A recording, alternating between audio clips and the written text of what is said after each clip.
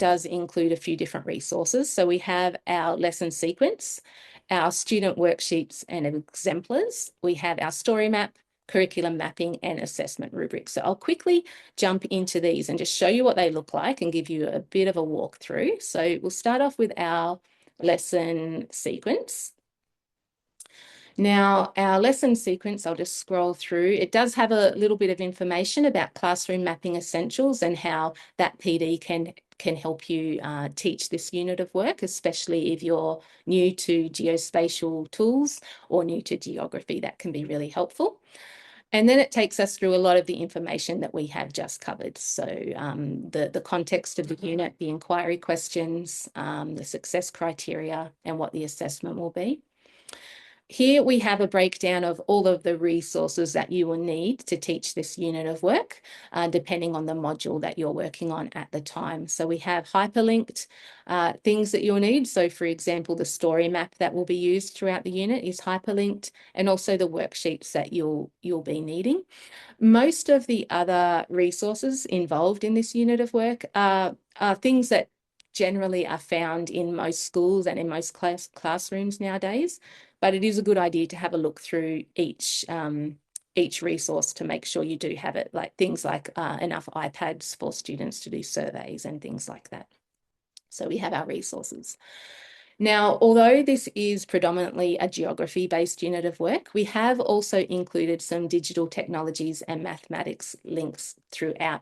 So we've also color-coded them. So here on this first column, what you'll see is the area of the curriculum that this particular area of the unit is linked to. So at the moment, we're linking to geography because it's green, knowledge and understanding, and place and livability. So the strand and the substrands. So that's how that will work out. So as we scroll through, keep an eye out for the other areas of the curriculum that will also be included. In the centre here, we have the lesson contents, essentially. So we have the link to the part of the story map that you will need to teach this particular part of the unit, and any other hyperlinks as well as discussion prompts and questions. Throughout the lesson sequence, we've also included suggestions for teaching strategies that you could use. So if you're wondering how to approach teaching this content, we have suggested different teaching strategies throughout. Feel free to use them as you wish. If you have a different way of approaching it, that is more than fine. If you're not sure what the teaching strategy is, you can click on it and it will take you to a website that explains it for you. And then, of course, over here, we have our assessment and notes. So we have formative assessment opportunities starting off here in Module 1. And then we have our resources needed and any notes that could be helpful for the teacher. So that's how the sequence is all planned out. We haven't put them into specific lessons, knowing that some schools have 45-minute lessons, others have 30-minute lessons, some have double sessions and others don't. What we've done is we've broken it down into modules and then just called it by the focus area of that module. So here we have module 1, place and country. What is place? And then down here you can see we still are in module 1, place and country, but we're focusing on connection to country. And that's kind of how this lesson sequence flows. So you can see as we go through, it's down here in module 3 that we introduce digital technologies, and down in module 4 where we'll introduce mathematics. So that's just a brief overview of how the lesson sequence works and what to expect in there. I'll just click now on the student worksheets and exemplars just to quickly give you an overview. So I'll scroll down. So throughout the lesson sequence, you will see where each particular worksheet is needed for the learning content in the unit. So we have what is place. Now, some of our worksheets are also scaffolded. So you can see for the livability criteria, we have option 1, which isn't scaffolded at all. But down here, we have option 2, where the students have some scaffolded questions in place to help guide them in creating their livability criteria. And then we have an exemplar of what you as a teacher might expect from the students in the answers of that worksheet. So as we scroll through, there's infographics, worksheets for different areas of the curriculum with exemplars, survey question exemplars, and of course our SWOT analysis information. So what it is, what it might look like when you're looking at a community or neighbourhood, and then of course a blank template for our students. So that's a sample of what to expect in regards to worksheets and exemplars. So now I'm going to quickly jump into Story Map. I'm just conscious of time, so I don't want to rush, but I also don't want to run out of time. So for those of you who aren't familiar with story maps, it's a really great way actually of combining all the information that you need. So instead of using a PowerPoint slide, something that's not as easy to share out with your students, what we've done is we've put all of the information and resources that your students will need here in a story map that you can share the hyperlink to.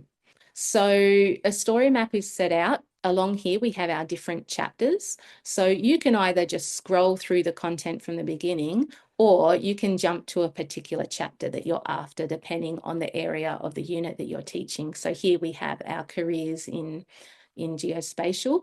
So again, it's a good idea to connect what the students are learning or have learnt, the skills that they've learnt throughout this unit, to connect it with future possibilities for them. So what we've done, as I've said before, we've tried to include everything that you will need to teach this content. So throughout this story map, we have text information, we have video information. As we scroll through, we have different quotes, we have links to websites, and we also have images. Further down, I'll just show you, we have infographics, and we have examples of where students can go to find information for their research. So essentially, anything that we are asking you to do in the lesson sequence, you will find the resources for in here. You won't need to go searching for it. So that is what a story map looks like. The other great thing about this is if you have a student that might have missed a lesson, if you've covered, for example, analysing your data, and you just want them to focus on that part of the story map, you can click here, get that link and send that link to the students so that they might be able to look at that when they're at home and catch up that way. So it is a great way to share the information for this unit. Now, I'll just quickly jump into our curriculum mapping. This is probably the least exciting bit of the unit of work, but I know it is very important. So let's have a look at it here. So what we've done is we've just taken the achievement standards from those 3 areas of the curriculum: geography, digital technologies, and mathematics. Up here, so this is all based on V9 of the curriculum as well. So up here we have our achievement standard, and in bold is the areas that are covered by teaching this unit of work. And then we've got all of the content descriptions and their links as well underneath. So we've done that for geography, digital technologies, and also mathematics. And then, of course, based on this and the areas of the assessment standards that are covered, we have created our assessment rubric. So going into that, I'll just scroll down. We have, of course, our at standard, above standard, and below standard areas. And then here, starting off with geography, we have our accessible element over in the first column, followed by the different standards available. Now, one thing I will point out about the assessment rubric is for the accessible elements, we have included where you will go to find the evidence of student learning for the accessible elements. So for example, when assessing this part, describe how the characteristics of place are perceived and valued differently from people. You know that you can go to the What is Place worksheet that you would have been prompted to to do with your students throughout the unit. So if you choose not to use the worksheets, that's completely fine. If you want your students just to work in an exercise book or something, just make sure that you are including questions that cover the same type of information, so that when it comes to assessing their learning, you know exactly where you can go to find that information to award their grade.